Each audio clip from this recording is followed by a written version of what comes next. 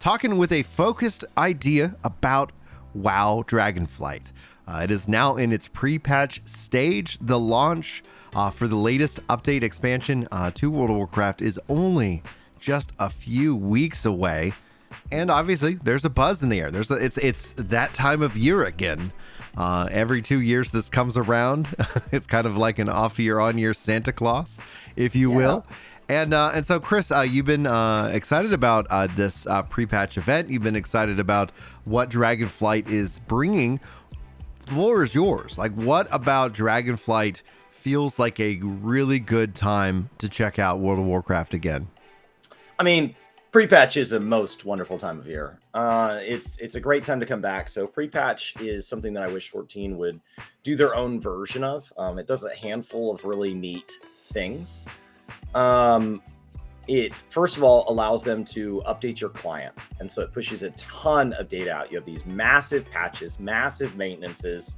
The server had to delay its time coming back up once, and then we got to that time and they had to delay it a second time. Obviously, we hope that's not the case, but if that's going to be the case, now's the time to do it, not on launch of, say, something like Endwalker, realize you can't get everybody in the game. So it's a great way to kind of offload like the data portion, get people's clients updated, troubleshoot a lot of things. And so it broke some people's UIs. This is a great way to do that. They go ahead and they roll out the class changes. So all the things that come out on the Final Fantasy XIV Media Tour, it's about the same time as the Final Fantasy XIV Media Tour. It's about a month out. And instead of revealing all the tooltips and us all speculating whether or not a damage squish is a problem or anything, they just let it go. Now, that did do some things, like it broke Mage Tower. Mage Tower is kind of known for its rewards and its challenge. And so they went ahead and just disabled Mage Tower during this period of time and plan on bringing it back next expansion. So it'd be the equivalent of them doing this and saying, but unfortunately for the next 4 weeks, there will be no Ultimate because we just don't want to hear about whether or not it broke Ultimate. So we're just going to go ahead and just get out. We're not going to worry about it. We're going to just let you play with the changes. Yes.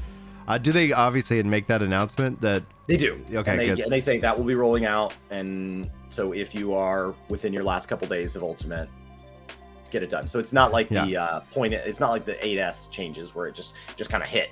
So I felt like there was a little bit of notice. And then they go ahead and roll out any UI updates and things like that. Now, there is a second stage of pre-patch that will begin on the 15th, and there's a whole event, and it's like a seasonal event, rising event, taken all the way to the 9s. Imagine if the seasonal event introduced things like a brand new chi and all this just chaos. It's just chaos. And it's a one-time thing, and there's a unique mount from it. It's the only time to get it. There was also a unique bag from it once, right? Or is that still? Yeah, last time they gave us a unique bag. This time they're giving us a toy, I think. So there's always some little like item or something. So last time it gave us a really large, gave us a way to increase our inventory size by going out and killing rares. Time before that, we got to like burn down capital cities. If you could imagine, if you could imagine that this expansion we were to take on Sildee, we had to burn down Ul'dah. Instead of making that a cutscene, that was a playable event leading into the expansion. And then the expansion started and Ul'dah was just burned down. But like we did that. So it's the end of 1.0. So 1.0, so like 14 can do this. They have done this. Yeah. And it's something that WoW does every expansion at this point. So very, very cool to be part of these big events. And then the initial launch of WoW, which is it's a full single player RPG experience with online multiplayer battle elements, new dungeons, new raids, new PvP, new talents, new cosmetics. It's what every MMO promises to be. And whether or not you think any of those categories are strong or weak, they're really fun while they're new. Yeah. And so it's a great time to be in WoW. But I wanted to talk to you because I got a chance to play some of the stuff with the new UI. Yeah. And it's really good. And this kind of ties into what Mick in chat is actually asking. Does controller work in WoW? And it actually did in Shadowlands. Like there's been this ever migration that's been happening, I guess, every 2 years. And that's one of the things that has generally piqued my curiosity because I was able to, with Shadowlands, they actually added in an API that essentially removed an extra app. You have still like add-ons that can update the controller UI, and so that was actually very helpful, but what you had to have is an extra app running behind the scenes to kind of complete that mapping. In Shadowlands, they added it so that you didn't actually need that that app running because they opened up the API for that. And then here in Dragonflight, they've added in some of the things that I actually was like, man, they don't have a target nearest object. Now in Final Fantasy 14, for example, when people would say like, how do I target this guy? There's all these people around him. And I was like, I'm on a controller. Like I press this button, the A button, and it automatically just finds the correct target for you. And apparently that's being added in. The buttons for controllers for both PlayStation and Xbox are getting added in. And this is something that is an interesting evolution, because if they continue down this path, the question is that would we see the potential for 11.0 on consoles? Like, would we see that Especially as an on option? Xbox, Right. If the Microsoft transaction goes all the way through. Right, because we see ESO. ESO. It's been moving along. We're seeing a migration of MMOs onto consoles, because I think, especially when you start to think about volume, like you have Final Fantasy, you have ESO. I can't think of, you could kind of classify certain games maybe into that space. Somebody might say Phantasy Star. I would classify that as an MO, multiplayer online RPG, not a full-blown MMO, but maybe a couple are escaping my perspective. But this actually, like watching Force Gaming, he put out a video talking about this very thing. Could WoW come to consoles? And he says that in Dragonflight League, some of the targeting features are actually finally stepping themselves up, even if you don't want to use them on a controller. Just the idea, because even if you don't want to use them on a controller. So my question to you was, in Shadowlands, they added the ability to kind of use console commands to make native controller support. And right. I was excited about it because there was already third-party programs that allowed for controller support, but they were working with limited tools. And so I was excited that maybe this primitive system acts as a better backbone for add-ons, but that's still add-ons. And you really prefer, hey, I have very little time to game. I don't need some third-party thing needs to be updated and all that. I just need it to work out of the box. So it's interesting. My controller stuff. You want native of course. controller support. Well, it's interesting because even Force was like, I was using Brian's how to set up the controller with these add-ons guide, because I was like, it is convoluted. It does take a little bit of extra, to get it to function, and it still didn't. And and this is a privileged I recognize that, like, when you have it's 14 as the Cadillac and that's what you've grown up on, and then they're like, hey, you wanna bubble gum and glue some of this stuff together, and you're like, it's just not there. Like I've got and the, you never the version. get to some encounter where they generate some extra button on the screen that your thing didn't account for, because you know that the devs were aware of controllers in every decision they made. So like it's just easier. You just boot up the game and you just play, and it just works. It's no fuss, as the comment said. It's exactly what that is. And so I understand that if you want controller support, you want native. I get that. And I get that there are people who don't care if it's native, and they have found a way to be ahead of you where they get to play controller now. Now, when we did Shadowlands, they added this native, and you're like, all right, I'd be willing to give it a try for native. And so what my wonder is what is it that you needed from the controller support as it sat? Because ultimately, you didn't enjoy playing enough where you would play without me. And that meant that the moment I was not available, you didn't go. And in an MMORPG, if you don't play reasonably regularly, you never really achieve anything early on. Later, they can get to a more maintenance state, but when you first start a game, you gotta at least get to cap. You gotta, where you just feel like it drags on forever.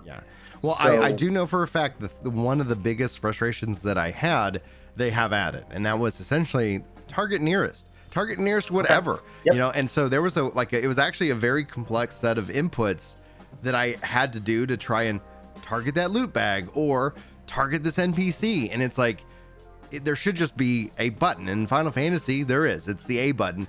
A lot of this also stemmed from Guild Wars. Like, one of the things Guild Wars 2 did is it actually completely remapped how I interact with things, to the point where even in Final Fantasy, on the very, very, very restricted and limited time on keyboard, I changed that to the F key.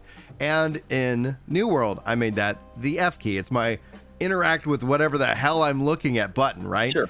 And the fact that they've brought that in, actually, I was like, oh my gosh, I was doing like a 3-button press to try and target the whatever, right? And so it was like, yes, and that's there. And I was like, literally the Guild Wars action targeting system. The fact that you view that system as something that is designed to make it easier to play with a controller, and if it happens to benefit keyboard players, great. once again reminds me, why the hell does Guild Wars not have native controller support? Yeah. It just feels like everything you ask for from WoW to get it from where it is Yeah. to where Final Fantasy supports controllers, every example you name, Guild Wars already has that bridge built. So like, I just have no idea why they haven't done the last step. They're like Chris, doing everything like filming a video, recording a video, uploading a video, uploading it, and then they're like one. Yeah, I have a video that was uploaded back like October, I don't know, 14th or something. I literally looked at your dashboard. I was like, Chris, like, I don't even know. Can you just do? Is this? It's a great. And you're like, you're saying like, I love this video. I'm sorry. He is. I'm sorry. And that's why like, Chris and the other and Chris in chat, Chris the mod, hashtag blame Chris. He's been helping also get some of those videos up on Gaming Kinda, which is like, that's why you're seeing them now, guys. Those are actually going live. So everybody's like, wow, I'm glad Chris is posting again. Yeah, that's the other Chris. He's just pushing it. So. Okay, so the targeting was one thing. Yeah. What was like another frustration you had with WoW, with any non-controller supported game that 14 kind of solves? And as you leave 14, you would be looking for from other games, because 14 is bar none the best fit for you in that UI way. It's understanding that this is an input method, and WoW, to WoW's credit, like controller support wasn't a real thing, but till recently, and that's where it's like, I'm so happy with 14 that Yoshi P is like, they didn't lock it down. He didn't go and like trademark it and copyright it. Like, no, he's like, this is what we want, and we want people to use this, because just like how World of Warcraft defined a language for the MMO player, like it would be amazing to sit here and say Final Fantasy then defined a great way of taking that same language and mapping it to controller. So one of the things that like is that it's the interactivity. It's that you can on a controller do absolutely everything. People might find that it might be difficult to target in 14, but then you go look at like the vast amount of features in terms of filters, the ability to change filters, to adjust your camera.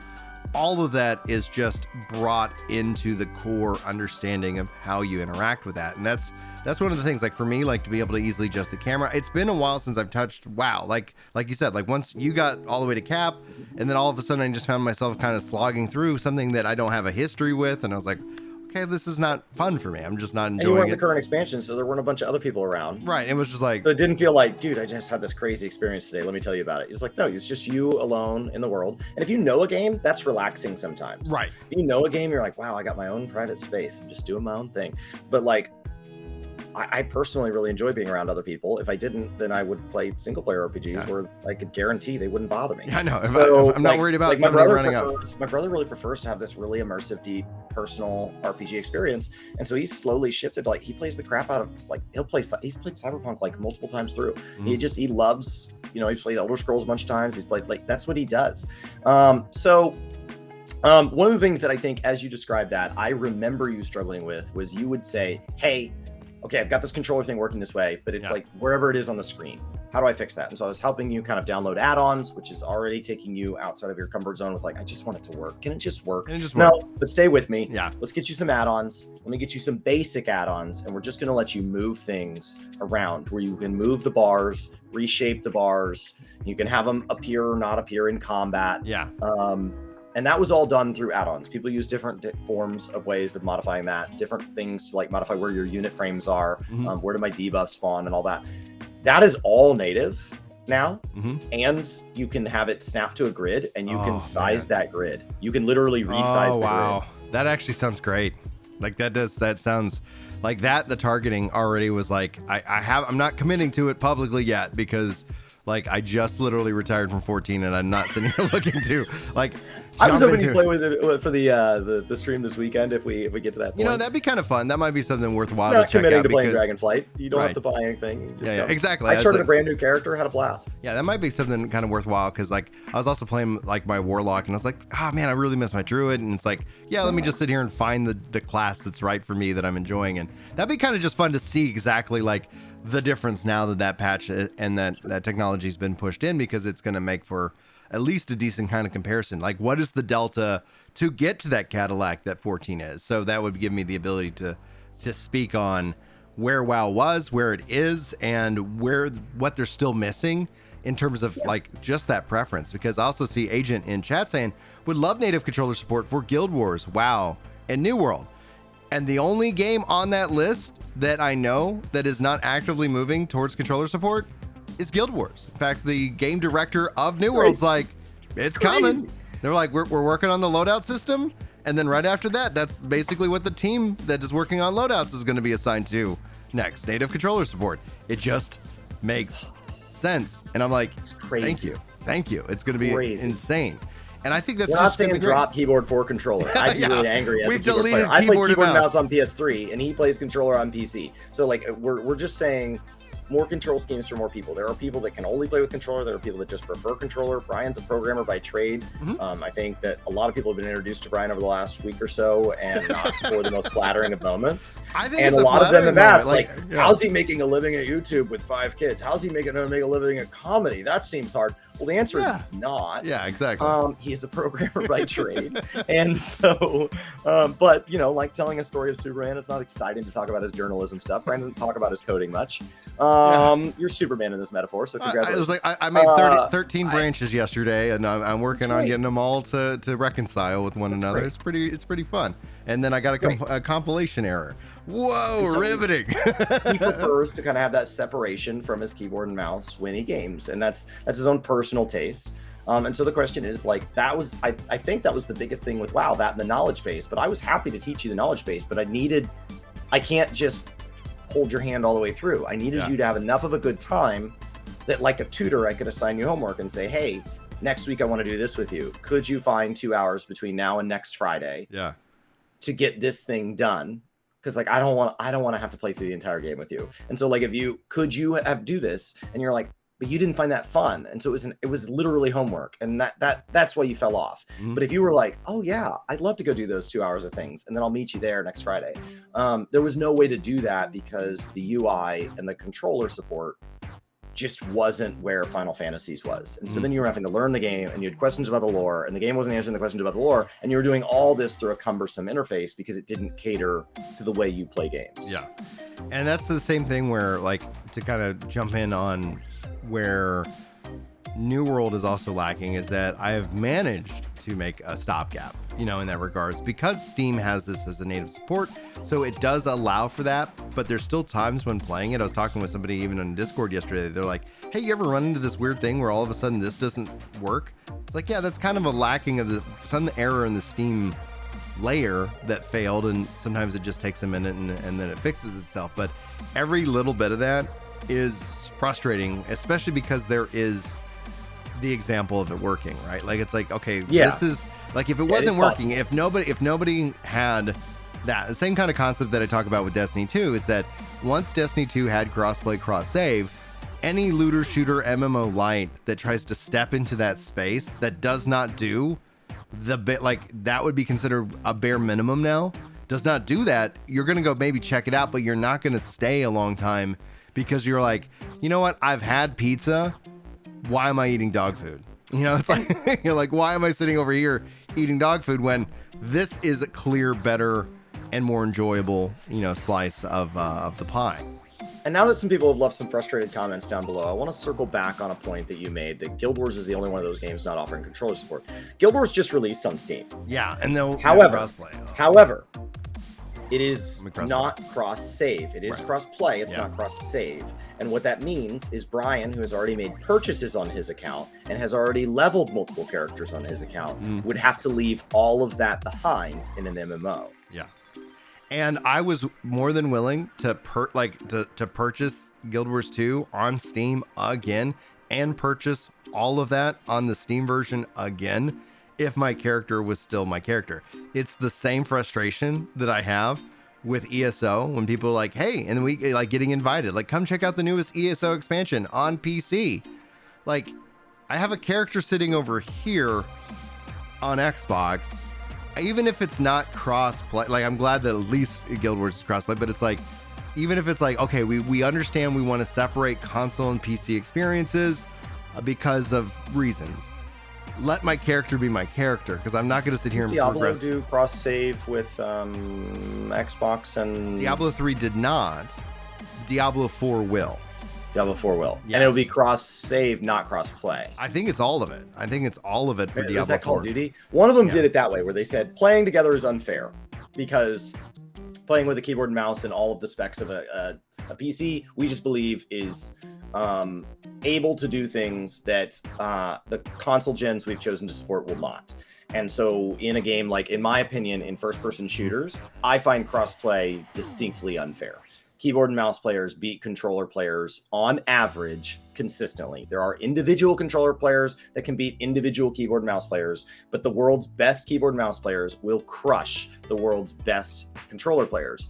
And so I think separating the two, especially when you talk about hardware specs, separating the PS5 from the top PCs in the world, because it's not minimum spec PCs. These are people with $10,000 rigs. Right. So when you're doing that and you're comparing a $10,000 rig to a $599 off the shelf box, yeah, of course they win. Right. And so I think I have a like ultra wide games can't be cross-play, I don't disagree with. Yeah. But then if I take the time to go and, go on a quest for the Holy Grail and accidentally finally find a PS5, then I should be able to move my PC character over there and play with my friends that have also completed the mythical obtain a PS5 quest. Mm-hmm. And then whenever I'm done, I should be able to take that progress back to PC with me.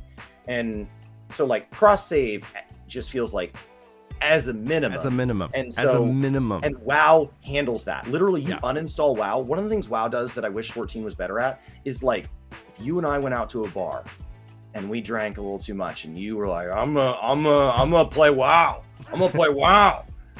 You could come home, swipe your credit card as it already installed. It installed before you could find your password to Battle.net. So you installed the launcher, you're ready to go. Then you could go swipe your credit card and you are instantly given access to the game. Just swiping, and you just have to purchase the current expansion. A subscription gets you everything else. So literally you pay for 1 month subscription. You could buy a time card at the grocery store on the way home, swipe that card, and then you are in, no questions asked. And all of your UI, all of your settings, all of your buttons, all of your achievements, all of your characters are waiting.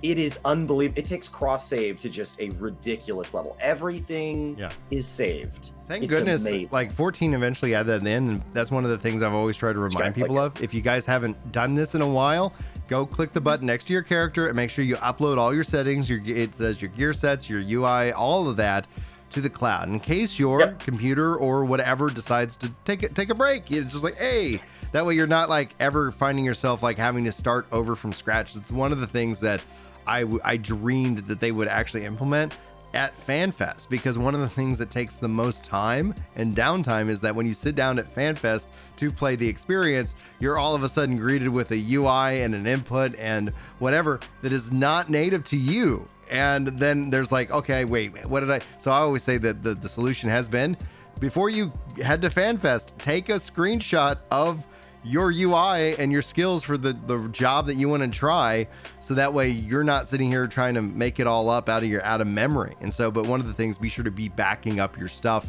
at least on a monthly regular, because I'm sure you change your glamour. I'm sure you change these like systems at least a little bit every now and then, so that way you're not sitting here. You need less add-ons in WoW, so like it's getting good. Now I need less add-ons in WoW, so it's going to make that even better. So that game experience he's describing is something that all MMOs should offer.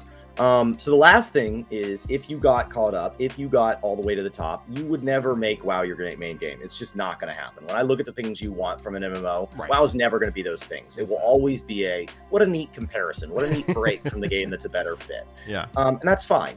MMOs can be that. There are MMOs out there that are just good second MMOs for some people. They're never going to be their primary. It's nothing personal. WoW's beginning to maybe we'll see how it plays out over the expansion, but it looks like they're beginning to make things like some of the grinds account wide, so that if you decided to level up that warlock after getting your druid, some of that stuff would actually carry. And they're letting Alliance and Horde players play together in more and more and more types of content, and they're letting 11.0 is gonna be wild. Like I think what a lot of this is building up to is that you kind of think of this next evolution or chapters, that here's another staging environment where and then 11.0 ends up being like boom, boom, boom, etc. Which, like, at the end of the day, like, one of the things that I've stated about New World, I've stated about all these other games, is like, you have a big budget, coming from this company. You have a big budget come from Amazon. It's like, I wouldn't count them out until they say they're done. Like, unless Blizzard says, that's it, guys, we're done. Amazon says that, all right, we hear you, we're done. And like, until you like do that, like they have the war chest enough to have that war of attrition until they actually get it to where, people are like, oh, wow, this is great. Now, on that note, it is time for me to go scrum it up. I know this was kind of a short, sweet thing. Thanks, guys, for being willing to kind of have that flex. Chris is over on Twitch right now